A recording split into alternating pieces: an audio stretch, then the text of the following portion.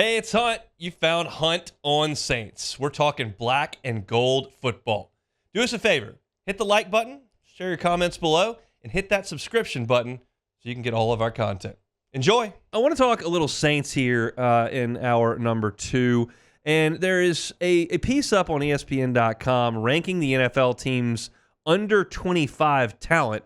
And the headline says the Texans and Lions lead the list. And the Texans were atrocious for a couple of years there, and they got the first pick, and they got early picks in the draft. They've taken C.J. Stroud and Will Anderson, and it certainly appears that Derek Stingley is going to be a hit as well. And that's what you've got to do when your team is that bad. You've got to hit on those early round draft picks, and it appears that Houston has done that.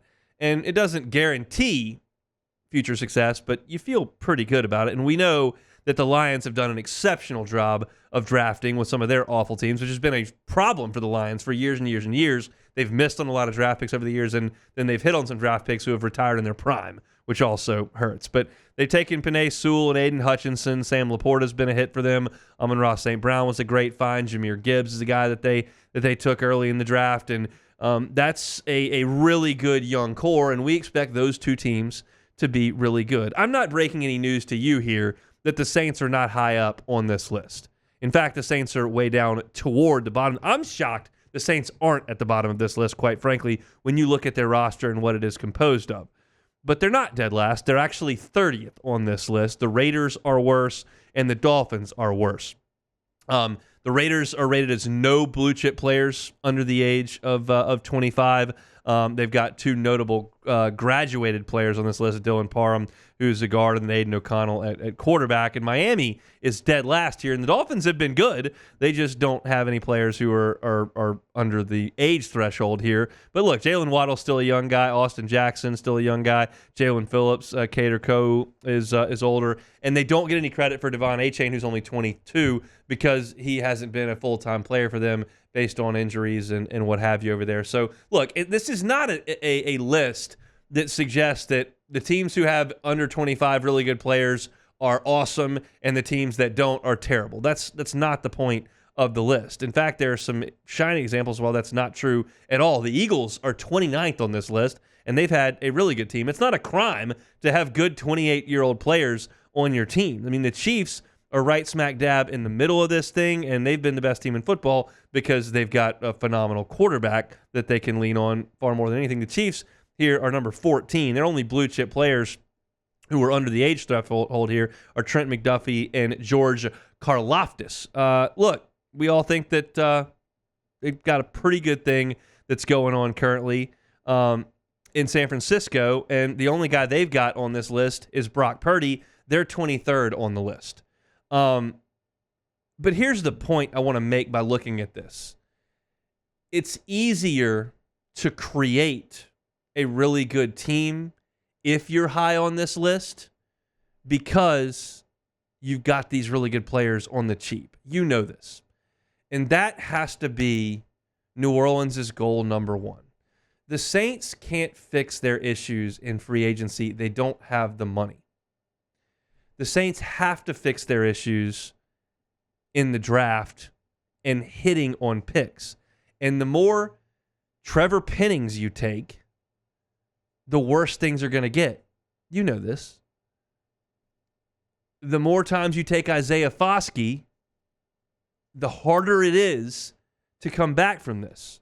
So you've got to hope that next year when this list comes out, that Taliesin Fuanga and Kool-Aid McKinstry are blue chip players on this list. You've got to hope that Jordan Howden makes this list. You've got to hope A.T. Perry makes this list. Because all of a sudden, if those young players who have a lot of talent start to hit, and I didn't even mention Brian Brzee, then you've got years of control on their contracts, and you've got real talent. Right now, the only player that the Saints have is rated as blue chip in this age threshold is Chris Olave, who's coming off back-to-back years of 1,000-yard receivings.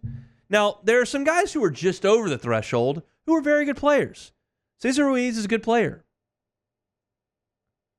Lante Taylor is a good player. Paulson Adebo is a very good player. Pete Werner, we think, is a good player. Ruiz needs to play better. Taylor might be leaned on more. Pete Werner might be leaned on more and needs to take more of that workload from Demario Davis and complement him. But they've got some young guys who can play. But you've got to get more.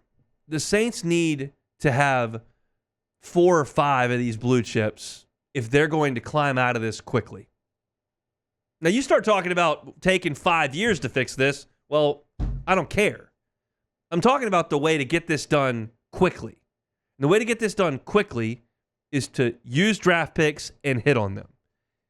And it'd be nice if you could find some diamonds in the rough in round 5 and 6. But the reality of the deal is you've got to hit home runs early. And you've got that ability. Fuanga might be a home run. I still, when I think about Isaiah Fuanga, I think about Jason Kelsey. And I think about the podcast he did with Travis that they do that's blown up. And I think about the fact that he didn't even know Taliesin Fuanga's name. He said, I was watching the draft, and the Saints took some kid out of Oregon State, and I saw one pass rep set and one pull on run block, and I went, okay. And quite frankly, I can sit here and give you all the opinions you want to hear, but none of my opinions on offensive line play are going to hold a candle to Jason Kelsey's, okay? That guy's going to the Hall of Fame in first class. And he thinks he's going to be great. And so that's awesome. And if you keep Olave there and Brazil becomes a real impact player in the middle and Fuanga is the guy that you hope he is and Kool-Aid McKinstry takes over and you're able to move on from Marshawn Lattimore and free up some money and get some more youth in, like, it can happen quickly. But what it takes is an exceptional job from the front office. And it takes an exceptional job from the front office doing something they don't do a lot of, which is drafting a lot of guys instead of moving up for one and letting guys walk and not extending contracts up in past people's primes. It's not the MO of the Saints. So, again, because the Saints are 30th on this list doesn't mean they're in jail. I don't think the Eagles are in jail. I don't think the Chiefs are in jail. I don't think 49ers are in jail. Like, none of these teams are ranked way up towards the top. And by the same vein, Atlanta is high up on this. They're 4th because they've got Michael Penix as a blue chip player who's not even going to be their starting quarterback, Bijan Robinson, Drake London, Kyle Pitts, like all those guys. Yeah, that's nice, but the Falcons stink. I don't think anybody thinks the Bears are knocking on the Super Bowl's door. They're number 5 on this list. I don't think anybody's wild about the Cardinals and what's going on there. They're 6 on this list. So this is not a list of, you know, teams that are supposed to win 13 games because they've got good players who are under 25 years old. It just tells you that these are the teams that have good players on great contracts because they're young. And the Saints don't. And that's what makes it a little bit hard. But we understand that the Saints look to be doing things a little bit differently. And maybe this looks completely different 12 months from now when it comes out. And it comes out annually. And that's the Saints' best hope, is to get further up on this list moving forward, because they're not going to change their fortune with free agents. Last year, incidentally, the Saints were 23rd. You move on from Ruiz, Taylor, Debo, Werner. You move back to 30th. But we'll see. That's just one person's opinion over there on ESPN.com. If you're looking for our Saints content, you can find that at Hunt on Saints on YouTube. All Saints all year long. Appreciate it if you subscribe up to the channel. That helps us out a heck of a lot. Hey, it's Hunt. Thanks for watching Hunt on Saints. Before you leave, help us out a little bit. Hit that like button, leave your comments in the section below, and hit that subscribe button so you get all our content right here from Hunt on Saints. We'll see you next time.